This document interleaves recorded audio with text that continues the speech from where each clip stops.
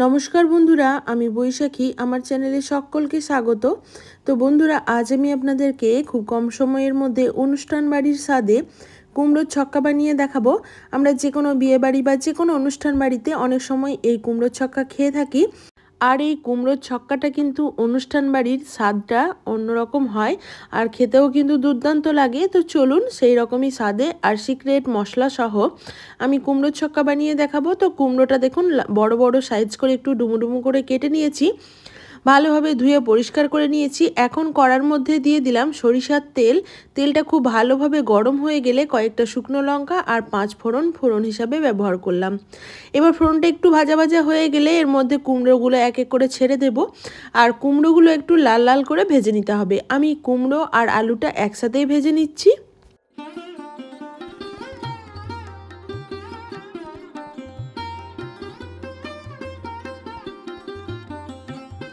একটু ঢাকা চাপা দিয়ে দিয়ে ভেজে নেব, এতে করে কুমড়োগুলো খুব ভালোভাবে সেদ্ধ হয়ে যাবে আর সুন্দর মতো ভাজাও হয়ে যাবে। কুমড়োগুলো খুব ভালোভাবে ভাজা হয়ে গেলে এর মধ্যে আমি একটা টমেটো কেটে ব্যবহার করলাম।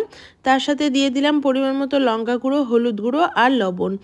তার সাথে সাথে দিয়ে দিলাম 1 চামচ পরিমাণ গোটা জিরা, আদা এবং কাঁচা লঙ্কার পেস্ট দিয়ে সমস্ত কিছু ভালোভাবে মিশিয়ে নেব।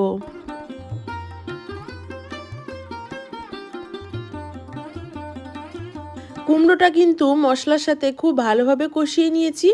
এখন আমি এখানে 4-5টা কাঁচা লঙ্কা ব্যবহার করলাম আর দিয়ে দেব 2 চামচ পরিমাণ চিনি। কুমড়োর তরকারি মানেই কিন্তু একটু মিষ্টি মিষ্টি স্বাদের হয়, তাই আমি এখানে চিনি ব্যবহার করেছি। দিয়ে সমস্ত কিছু ভালোভাবে মিশিয়ে নিয়ে পরিমাণ মতো জল ব্যবহার করলাম, কুমড়োগুলো যাতে করে খুব ভালোভাবে সেদ্ধ হয়ে যায়। আর এই সবজিটা কিন্তু হালকা একটু গ্রেভি থাকবে, খুব বেশি শুকনো করব না, আপনারা আপনাদের প্রয়োজন মতো করে নিতে পারেন। আর এই সবজিতে বন্ধুরা একটা মশলা ব্যবহার করব, সিক্রেট মশলা, যাতে করে একদমই অনুষ্ঠান বাড়ির মতো স্বাদ আসবে।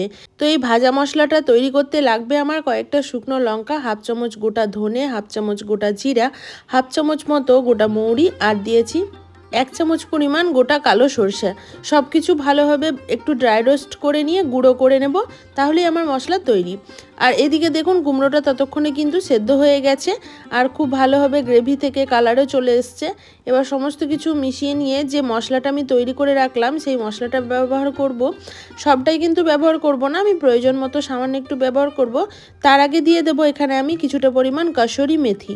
এই কাসুরি মেথি আর এই মশলাটা ব্যবহার করলে এই কুমড়োর ছক্কার তরকারিটা কিন্তু একদমই অন্যরকম স্বাদ এনে দেয়।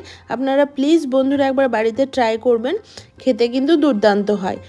কাসুরি মেথি আর ওই যে মশলাটা তৈরি করে রাখলাম সেটা ব্যবহার করেছি 1 চামচ পরিমাণ। এবার সমস্ত কিছু মিশিয়ে নিয়ে 10 মিনিট মতো স্ট্যান্ডিং টাইমে রেখে পরিবেশন করে দেখাবো আজকের আমার এই কুমড়োর ছক্কা কেমন হয়েছে। এই তরকারিটা কিন্তু বন্ধুরা রুটি পরোটার সাথে খুবই ভালো যায়, আপনারা বাড়িতে একবার ট্রাই করবেন। যারা কুমড়ো খেতে পছন্দ করেন না তারাও কিন্তু এই সবজিটা পছন্দ করে খেয়ে নেবে। তো ভিডিওটা কেমন লাগলো বন্ধুরা অবশ্যই একটা কমেন্ট করে জানাবেন। আপনাদের চলুন সার্ভ করে দেখাচ্ছি আজকের আমার এই রেসিপি কেমন হয়েছে। বন্ধুরা নতুন বন্ধু হয়ে থাকলে অবশ্যই আমার চ্যানেলটা সাবস্ক্রাইব করে পাশে থাকবেন। পুরনো বন্ধুদেরকে অনেক ভালোবাসা।